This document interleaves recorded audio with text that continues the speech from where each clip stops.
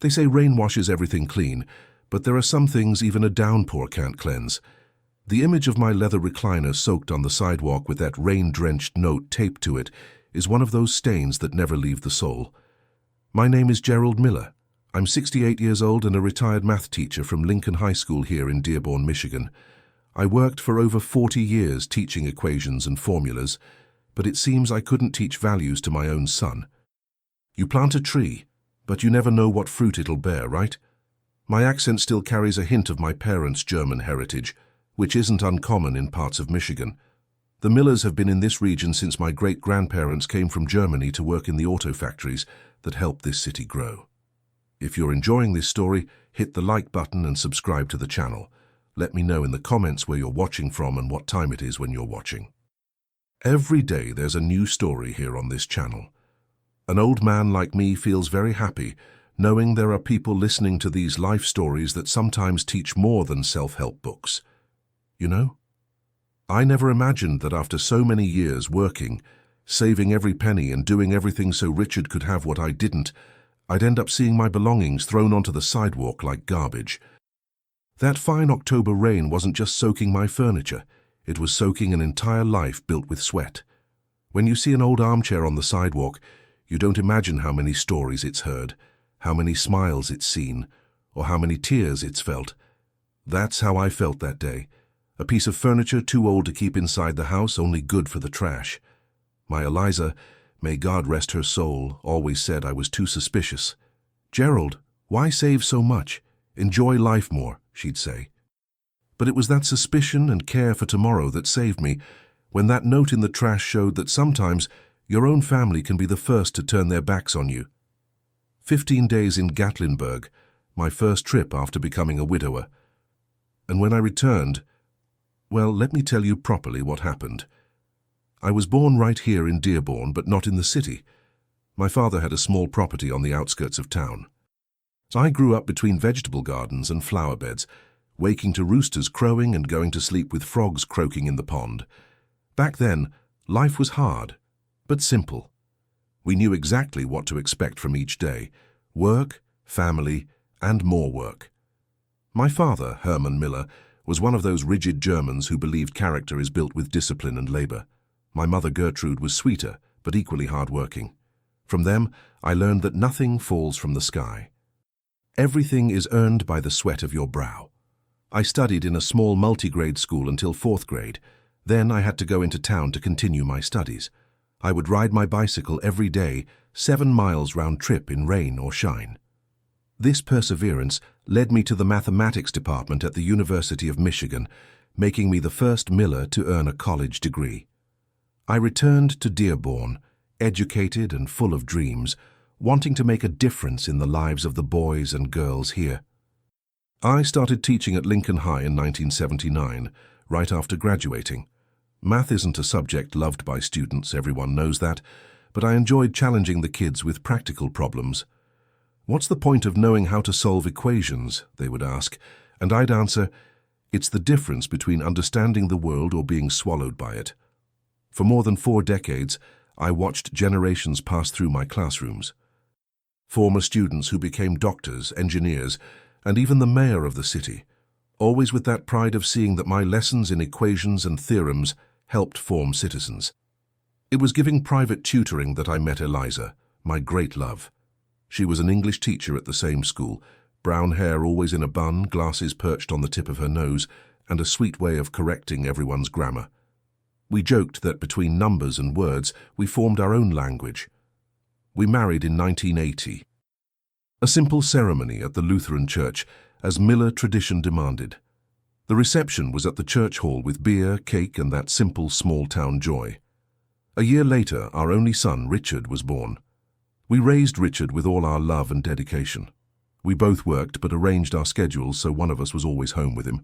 It wasn't easy, especially in the 80s with all that crazy inflation and the economic plans. I remember keeping money under the mattress because I didn't trust banks, then rushing to exchange it for new currency before it lost value. Even so, we saved every penny thinking about his future. I wanted him to study at the best schools, to have opportunities I never had. Those were years of sacrifice.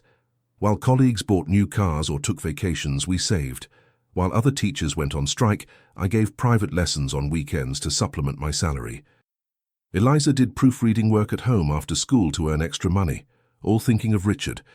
We gave up small luxuries to ensure he had English courses, computer classes, and later college without having to work. I'm proud to say he never had to divide his time between studies and work like I did. In 1989, after years of saving, we managed to buy our house on Oak Street in the center of town. It wasn't a mansion, but it was a spacious home, 2 stories with 3 bedrooms and a small yard where Eliza cultivated her flowers. We paid in cash, the result of more than 10 years saving every penny. I remember the day we signed the deed. Eliza cried with emotion. "This house will be Richard's safe haven forever," she said. Little did she know how ironic those words would sound years later. Over time, we furnished the house. Each piece of furniture purchased was a small achievement. The solid wood dining table, the matching chairs, the living room cabinet. Each piece had a story, but none was as special as my brown leather recliner, Eliza's gift for our 30th anniversary. "For you to rest after so many years working," she said. It was in that recliner that I graded students' tests, read my Ernest Hemingway books on weekends, and rocked Richard when he was a baby. Richard grew up, graduated in business administration from Eastern Michigan University, right here in town. He began working for one of the big auto companies that dominate the region's economy. He married Sabrina in 2010.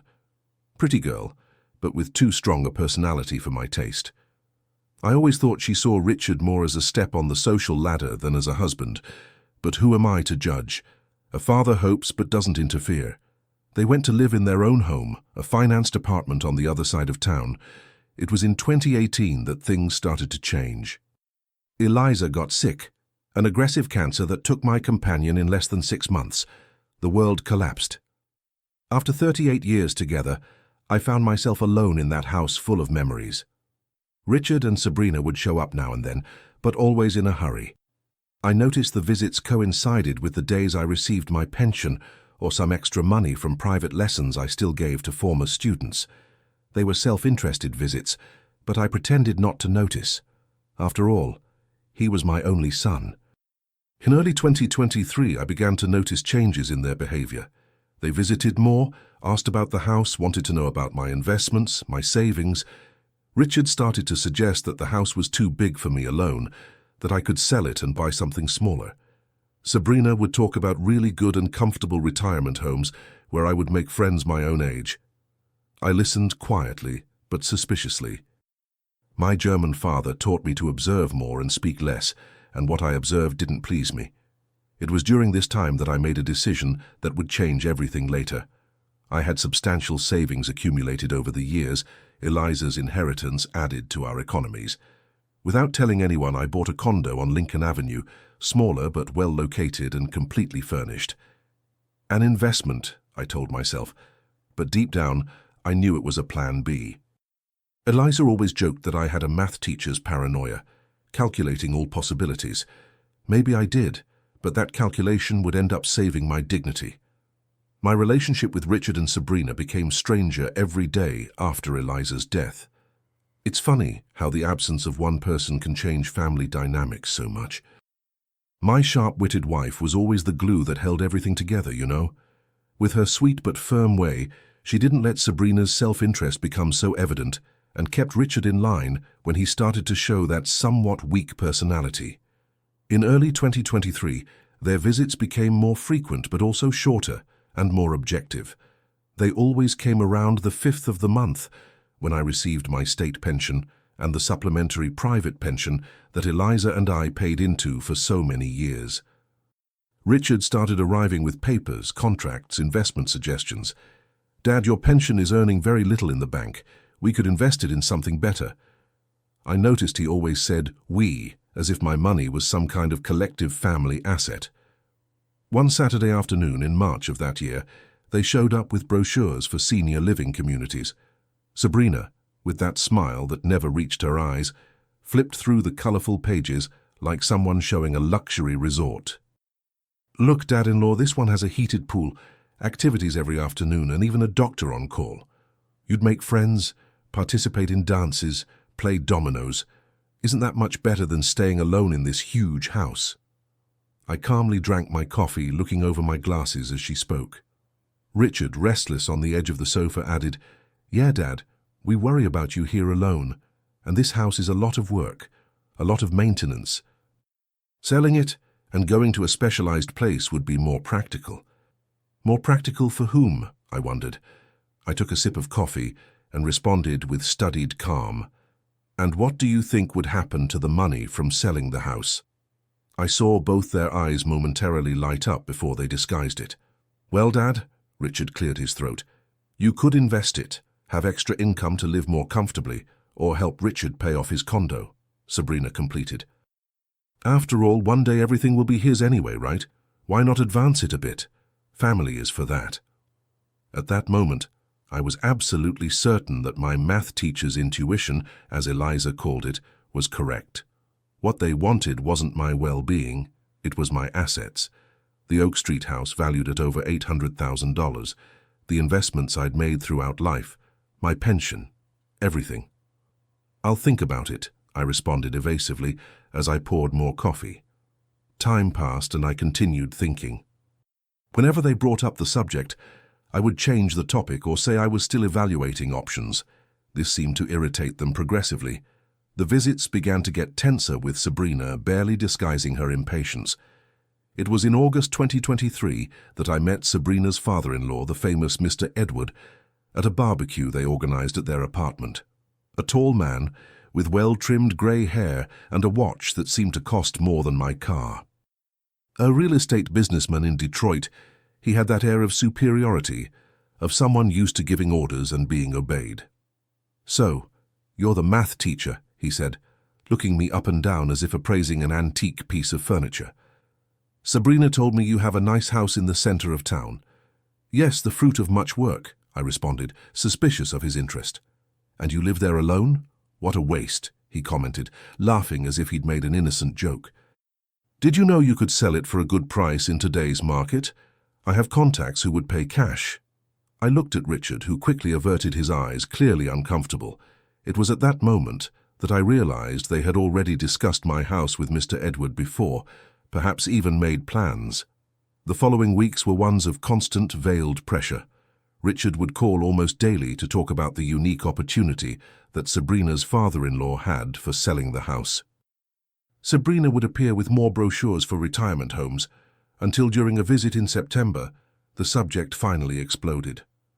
"Dad," Richard began, sitting across from me in the living room, "we need to resolve this situation.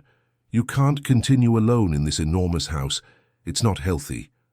"I'm perfectly healthy, Richard," I responded calmly. "I take my walks every morning in Ford Park.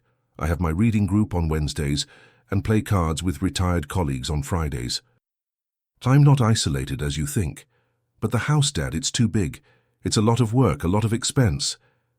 "Expense that I pay without any problem," I cut in. "My pension covers everything, and there's still some left over." That's when Sabrina, who until then had been casually flipping through a magazine, entered the conversation. "Dad-in-law, let's be direct. My friend's father had a house like yours, and when he died, it was a huge job for the children to resolve the estate. Why not make things easier?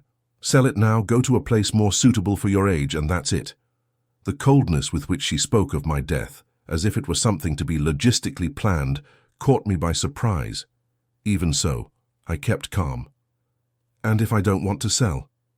"Dad," Richard intervened, visibly nervous about his wife's direct approach. "It's not a question of wanting or not. It's best for everyone. You'll be well cared for, and we won't worry." "Best for everyone or just for you two?" I asked, looking him in the eyes. The silence that followed was deafening. Richard looked away.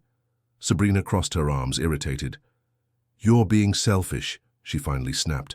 "You're holding on to a huge house alone while there are people who need it." "What people, Sabrina?" "Well, us, for example. Our apartment is small.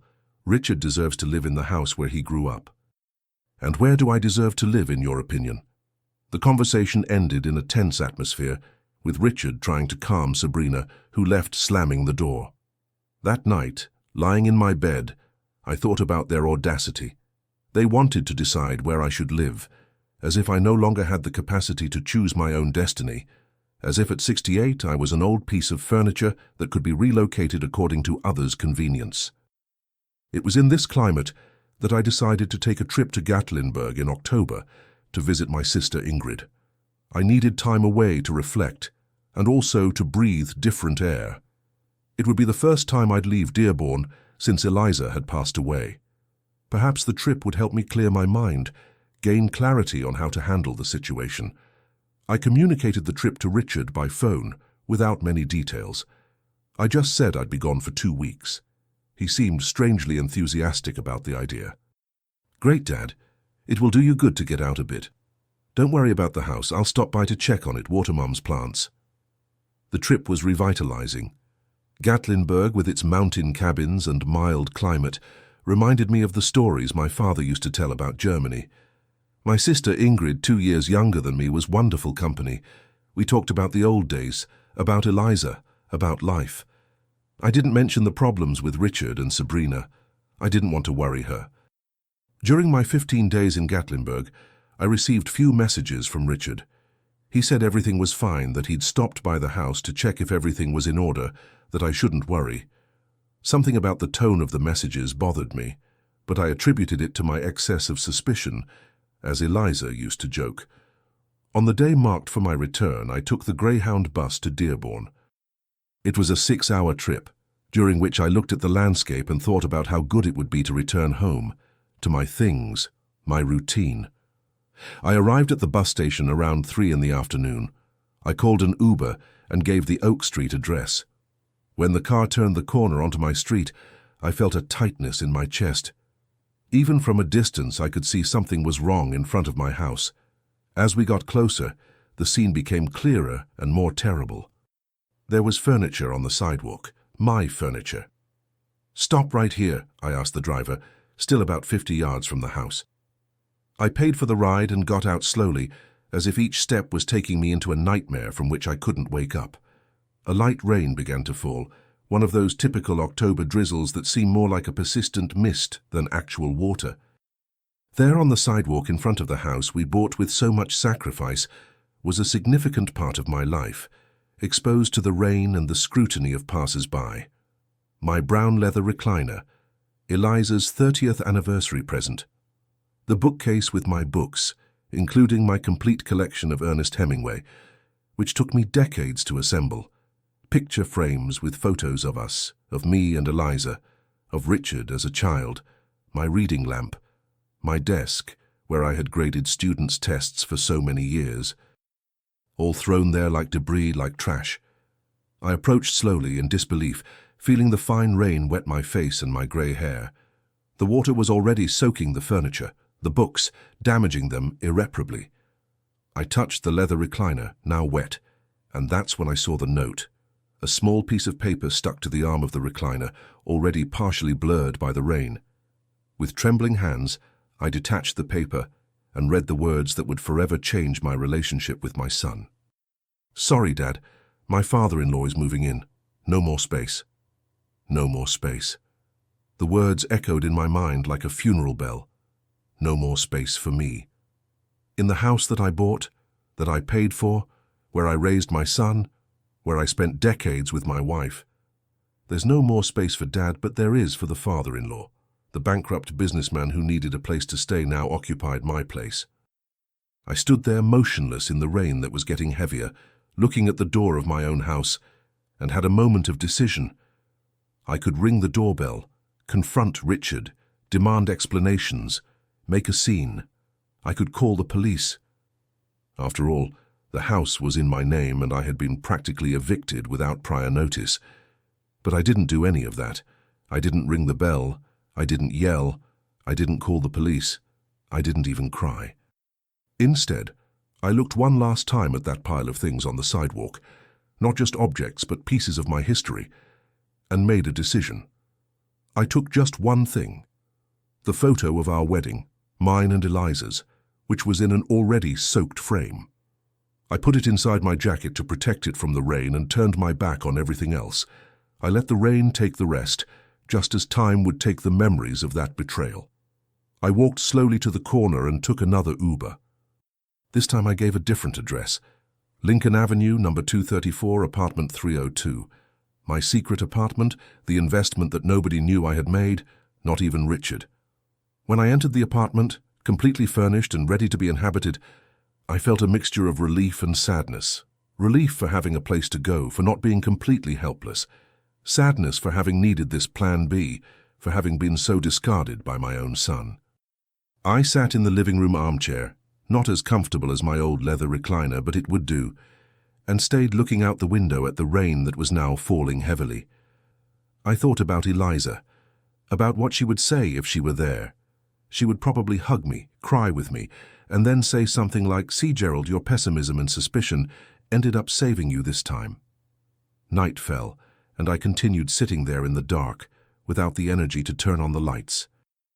The next morning, when the reality of what had happened completely settled in, I decided I needed to better understand the situation. I called my longtime neighbor, Mrs. Helen, a widowed lady who had lived in the house next to mine for almost as long as I had. "Hello, Mrs. Helen, it's Gerald." "Gerald," she exclaimed, her voice full of surprise and something like pity. "How horrible, my friend. I saw everything." "When did it start?" I asked, trying to keep my voice firm. "As soon as you traveled, the very next day, to be exact. Mr. Edward arrived with 3 moving trucks. 3, it seemed like he was moving a palace into your house." "And Richard?" The question came out almost as a whisper. There was a pause on the other end of the line before she answered, as if she was choosing her words. "He helped throw your things out, Gerald. I saw with my own eyes him and that wife of his supervising the movers as they emptied your room, your office." It all happened very quickly, as if they had planned it for a long time. I swallowed hard, feeling a knot in my throat. Even already knowing, hearing the confirmation was painful. And yesterday, when they saw my things in the rain, no one came out of the house. The curtains were closed all day. I think they knew you would return and didn't want to face you. I thanked Mrs. Helen for the information and hung up. A cold anger began to replace the initial shock. It wasn't just the contempt for what was mine, but the premeditation that infuriated me. They had planned everything. They waited for me to leave town to execute the plan. Richard's enthusiastic invitation for me to travel now made sense. He wanted me out of the way. In the following days, I discovered more details about what had happened.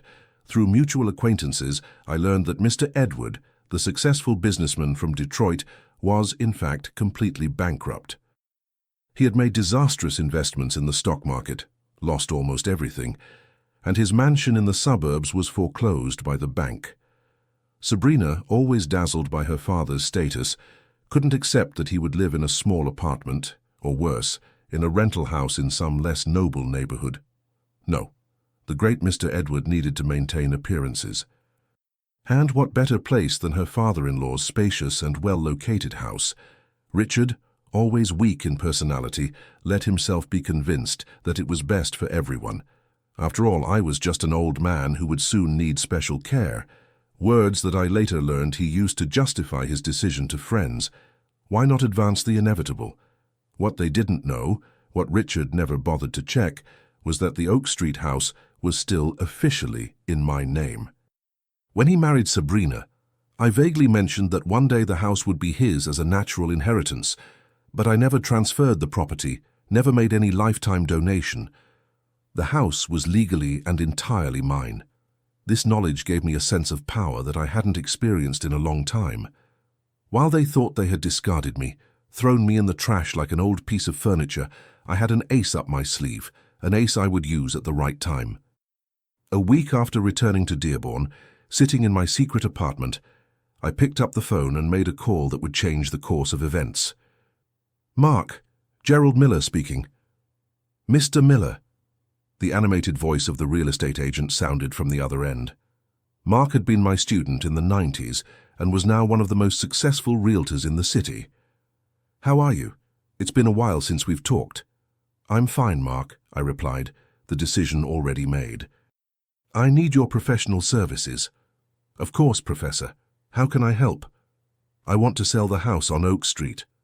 There was a pause before he responded. clearly surprised. "The one where your son lives?" "That's right," I confirmed.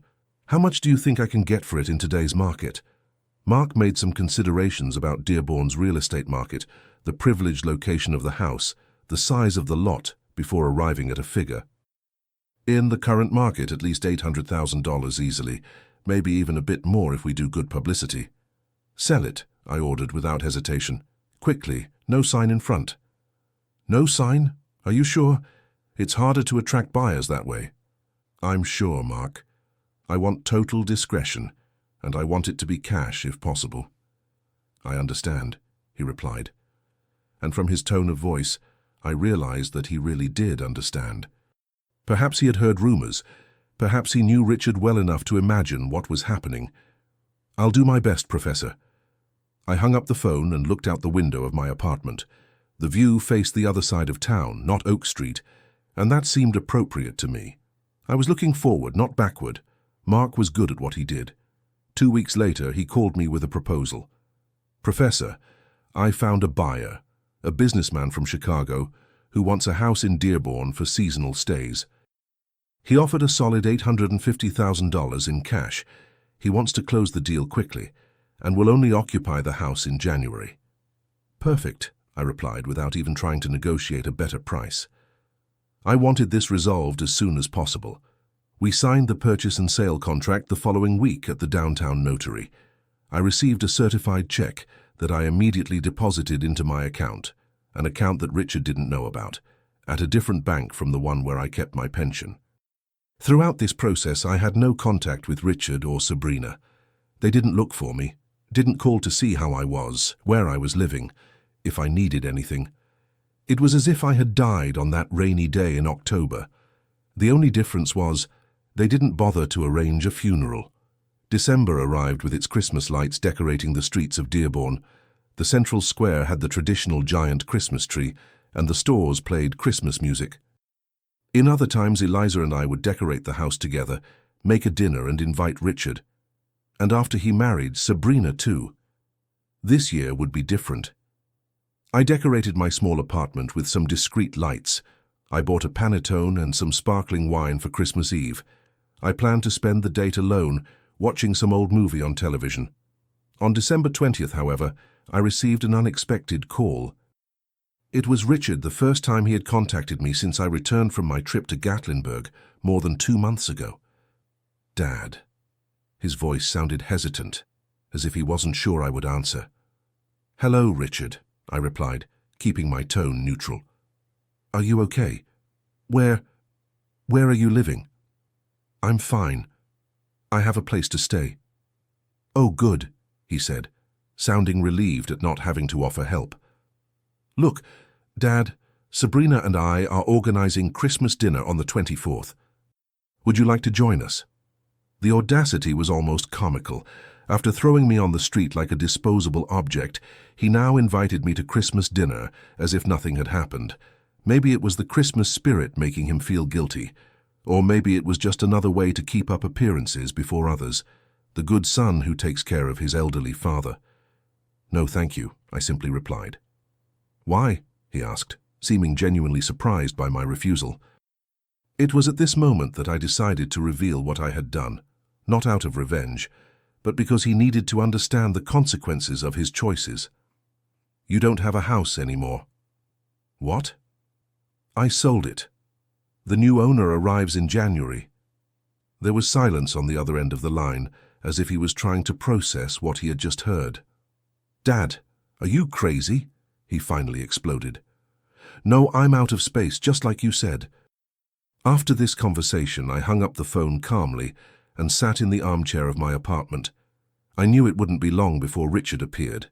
The bomb I had dropped was too big to be ignored. I wasn't mistaken. About half an hour later, I heard furious knocks on the door of my apartment. How he discovered where I was living, probably Mrs. Helen, my old neighbor, had given him the address. I didn't blame her for that. The knocking continued, getting louder and louder. "Dad, open up!" Richard's voice sounded desperate. I calmly got up, straightened my shirt, and opened the door. There was my son, his face red, his eyes bloodshot, his hair disheveled, as if he had run all the way there. Behind him in the hallway was Sabrina, and to my surprise, Mr. Edward. The complete gang, I thought with bitter irony. "Come in," I invited, making way for the three. Richard entered like a hurricane, looking around, seeming surprised by the well-furnished and comfortable apartment. "How did you sell my house?" he shouted, not even bothering to lower his tone, probably disturbing the neighbors. I looked him in the eyes, maintaining the calm that only years and disappointments can provide. "Your house? It's in my name, but I live there. There wasn't space for me." "Why would there be for you?" He ran his hands through his hair, clearly trying to control himself, while Sabrina advanced, her face contorted in a mask of indignation that couldn't disguise the panic she felt. "Father-in-law, this is a crime," she shouted, pointing her finger in my direction. "The crime is throwing a father in the trash," I replied, maintaining a calm tone, which seemed to infuriate her even more. "Mr. Edward, wearing a suit that now seemed slightly less imposing than the last time I saw him, stepped forward. His face was tense, but he tried to adopt a conciliatory, diplomatic tone. "Gerald, we can talk about this in a civilized manner. I'm sure there's a solution that works for everyone." "No, you took my place, now find another." The rawness of my response seemed to disarm him. He stepped back, the veneer of sophistication cracking to reveal the desperate man underneath. Richard, who had sat on the sofa with his head in his hands, raised his gaze. There were tears in his eyes now, but I couldn't determine if they were from sadness, anger, or simply frustration at having his plans ruined. "How much did you sell it for?" he asked, his voice choked. $850,000. "And the money? My house was mine." He looked at me as if I had just spoken in an incomprehensible foreign language. "Dad, I'm your son." In the trash, it didn't seem like it. Those words seemed to hit him like a punch to the stomach. He got up, stumbled to the window, and stood looking outside. The rain had returned, a heavy summer rain, the kind that falls in Dearborn on December late afternoons. But what are we going to do now?" Sabrina asked, her tone now closer to a lament than an accusation. "Where will we go?" "Not my problem," I replied, looking directly into her eyes. "Just as it wasn't your problem where I would go when you threw my things onto the sidewalk." Richard turned from the window and, to my surprise, fell to his knees in front of me. Tears now flowed freely down his face. I extended my hand to help him get up, but he grabbed my hand with both of his as if I were his last hope. "Dad, forgive me." "For what? For throwing me away? Or for thinking the house was yours?" "I didn't think—" "Exactly. You didn't think that a father is a person." He sobbed, still kneeling. Part of me wanted to hug him, to tell him everything would be okay, that we would find a solution together. He was my son, after all, the baby I cradled, the boy I taught to ride a bicycle, the teenager to whom I explained math during nights of studies for college entrance exams.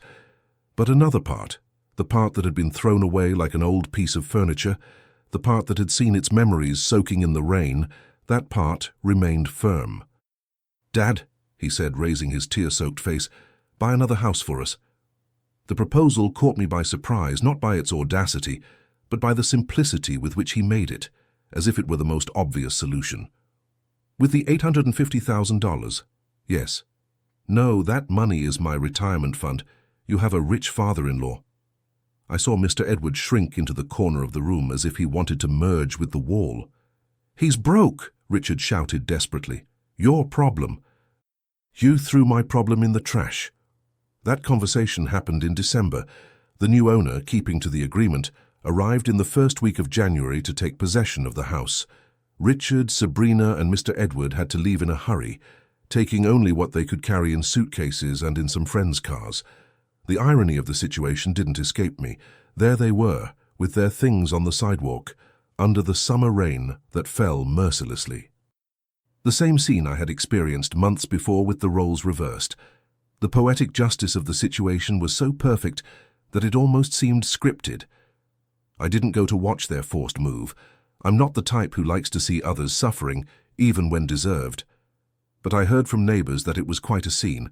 Sabrina screaming, Richard begging for more time from the new owner, Mr. Edward trying to maintain a semblance of dignity while carrying his own bags to the car. The following week, Richard appeared at the door of my apartment. He was alone this time, with deep circles under his eyes and a general aspect of defeat. "Dad, just until I find a place." "No, 1 week. There's no space. Your father-in-law takes up too much room. He went to Detroit and you were left without a father and without a father-in-law." It was our shortest and most definitive conversation. He left with his head down, without insisting more.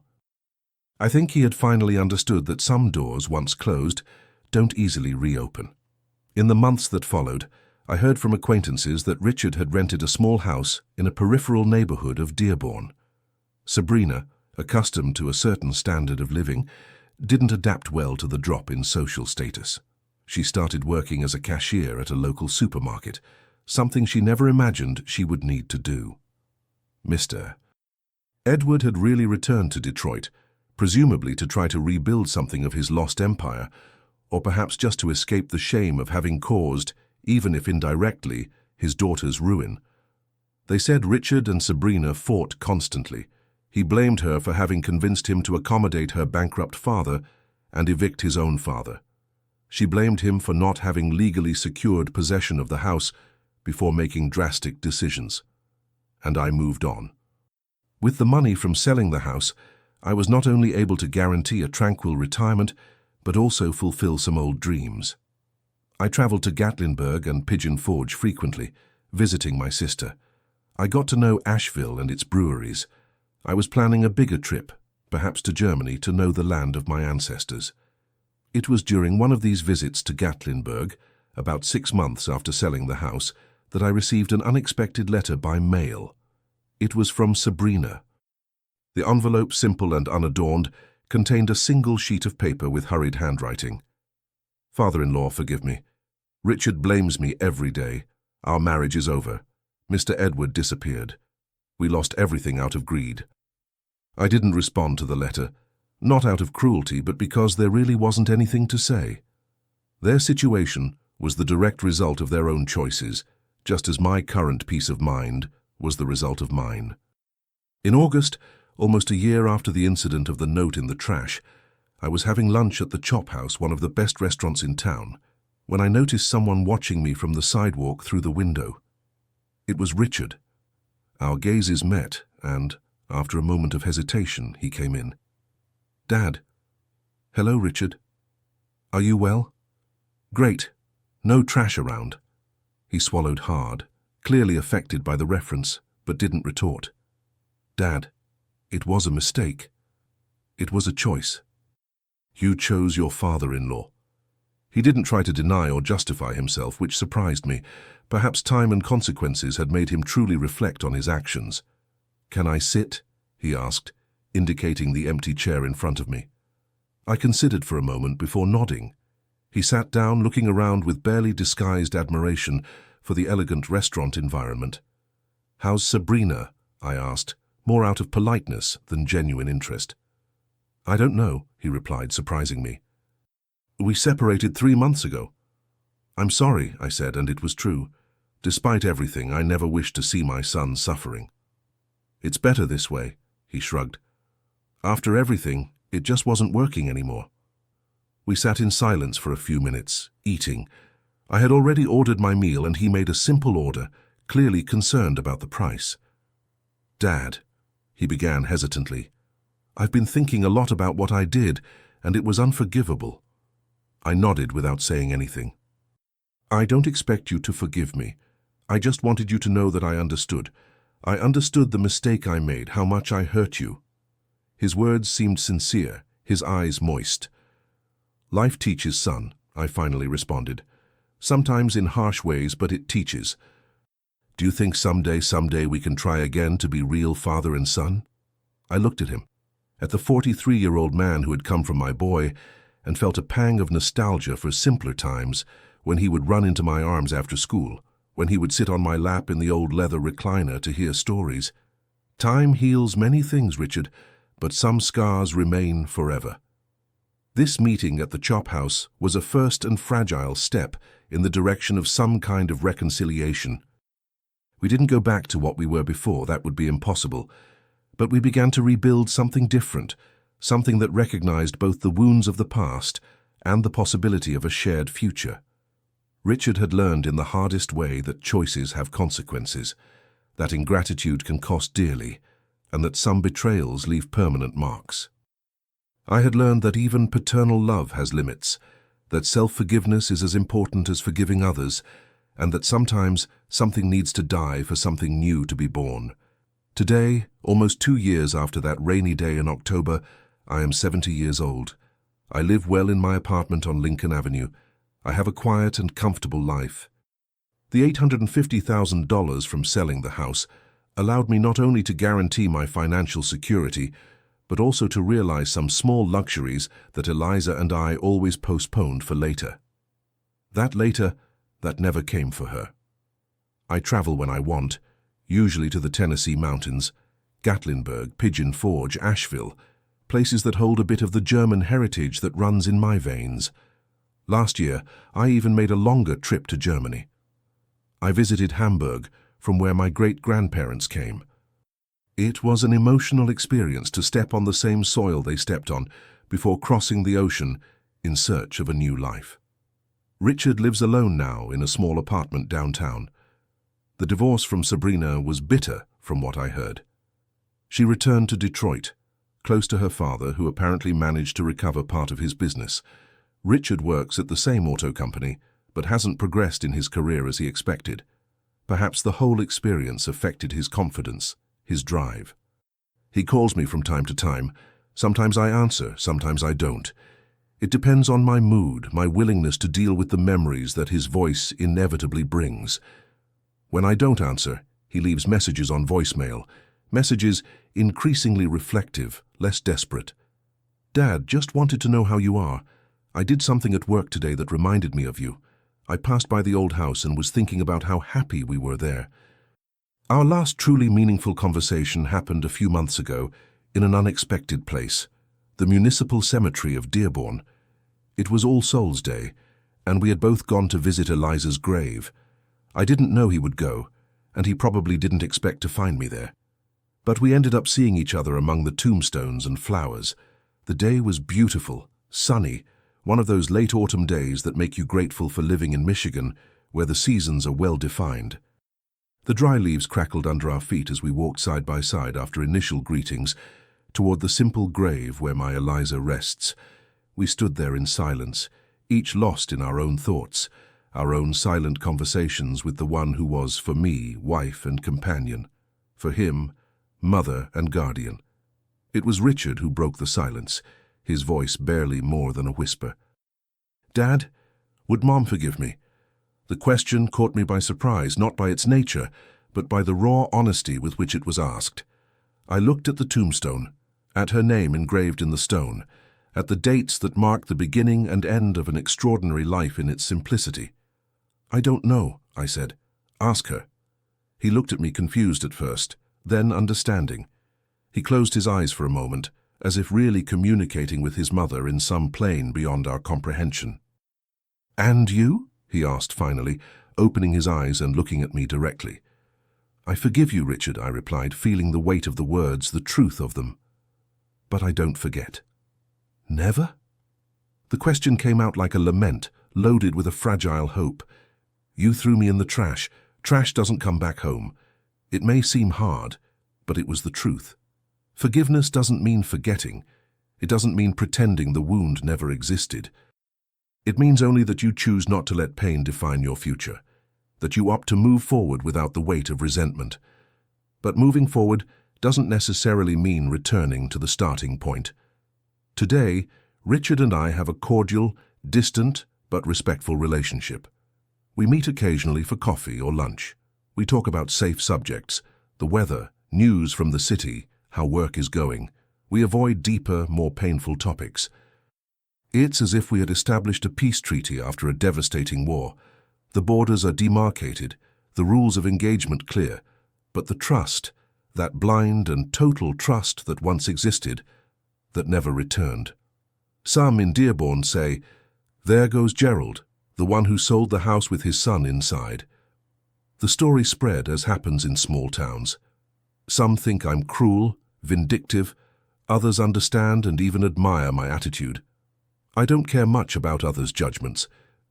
In moments of reflection, usually at night when I sit on the balcony of my apartment with a cup of tea and look at the city lights, I think about what I learned from this whole experience. I learned that love, even love between parents and children, needs to be accompanied by respect. That sacrifice without recognition is just exploitation, that sometimes it's necessary to impose hard limits to preserve one's own dignity. I also learned about myself, about how I am stronger and more resilient than I imagined, about how the suspicion that Eliza sometimes joked was excessive ended up being my salvation, about how it's possible to rebuild a life, even after 68 years, even after losing what seemed impossible to lose. And I learned about human nature, about how people can be unpredictable in their capacity, both for cruelty and for repentance, about how circumstances can reveal someone's true character, about how money and status can corrupt even the bonds that should be sacred. I don't harbor hatred in my heart, not for Richard, not for Sabrina, not even for Mr. Edward. Hatred would only consume me, not them. What I feel is a kind of resigned peace, an acceptance of what happened and what cannot be changed. When I look back to that fine October rain, soaking my furniture, my books, my memories, I no longer feel the sharp pain I felt before. It's more like an old scar that sometimes itches when the weather changes, but no longer bleeds, no longer hurts. My life now is tranquil. I have my group of friends, former teacher colleagues with whom I play cards on Fridays. I have my book club on Wednesdays, where we discuss everything from Hemingway classics to the most recent releases. I have my morning walks in Ford Park, where I meet other retirees and we exchange stories and advice. And I have my memories, the good ones, the years with Eliza, Richard as a child running through the house, the classes for generations of students, and the bad ones. All a part of the fabric of my existence. All shaped me in some way. If there's a lesson I'd like to share after 70 years in this world, it's this: never let yourself be reduced to an object, to a convenience in someone else's life, even if that person is your own son. Your dignity is not negotiable. Your value as a human being doesn't diminish with age, with retirement, or with widowhood. And if one day you find yourself with your memories soaked on the sidewalk under the rain, remember, as long as there's life, there's the possibility of a new beginning. It may not be the beginning you imagined, it may not be with the same people in the same place, but it will be your beginning on your terms, with your dignity intact. Richard learned an expensive lesson, that a father is not furniture, that you don't throw him away, and that when you do, you lose the house. I learned that some things, once broken, can be repaired, but never go back to being exactly as they were before. My furniture rotted in the rain that October day. Our relationship did too. Some wet things don't dry, they just mold. And mold has no cure, only distance. But our life continues with its surprises, its twists, its second, third, infinite chances to find meaning and peace. That's what I believe today, sitting on my balcony, looking at the lights of Dearborn, the city that witnessed my entire story. Thank you for listening all the way through. If you enjoyed this, leave your like and subscribe to Grandpa's Tales. For those who watched until the end, comment the word virtue down below. And don't forget to check out the other stories here on the channel. On screen now are two you might enjoy. A hug from this old man here,